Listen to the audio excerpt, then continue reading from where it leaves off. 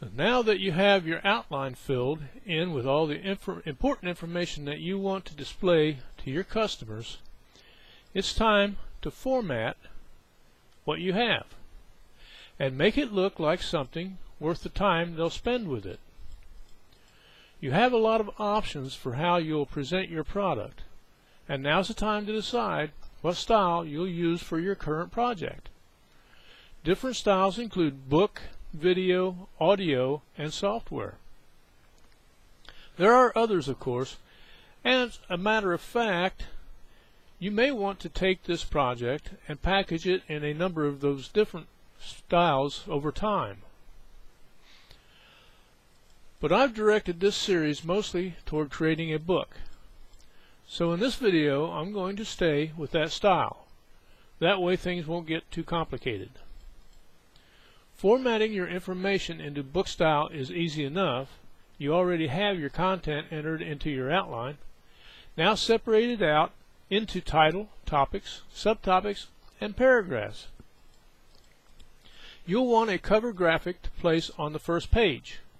You can create this yourself, plenty of cover creator software packages for that, or you can go to Fiverr or a similar service-related site to have one made. Having a picture of your book as a front page makes your product look more professional. Your second page contains any legalese and income disclaimer announcements that your book needs in order to keep you out of trouble with the authorities. Look at other books to see how they word their disclaimer pages and model yours after those. Turn your basic outline into your table of contents. That will be the next page after the copyright notice and legal disclaimer page. I like to present my title as a heading 1, my topics as heading 2, my subtopics as heading 3, all in Tahoma font.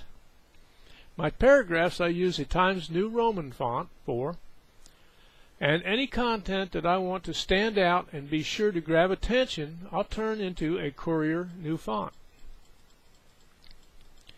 I also use header formatting to place the title of my book at the top of every page after the first page, and footer formatting to identify the page number. That layout works well for me. Once you have that all configured and proofread, edit it. You want to be sure you clean up all the typos and misspellings. Then you'll convert your document into a PDF file. Why? Because PDF files can be read by any computer, where sometimes a normal text or Word document format will open up scrambled. You can use any word processing software for formatting your book, but you do want the ability to convert to PDF.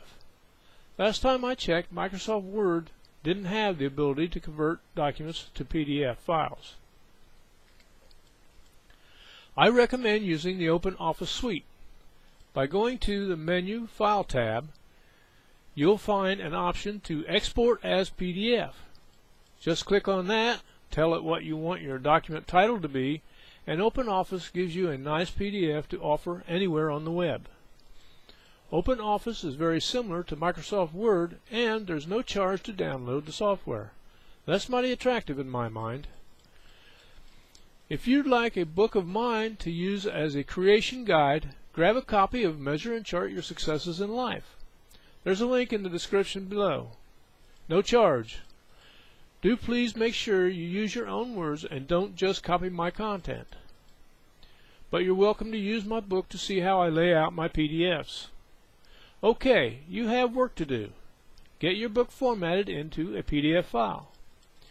You'll want that standing by and wait for my next video, because that's when I'm going to give you some know-how when it comes to profiting from all the work you just did. We'll talk about how to sell your book. Make sure you don't miss it.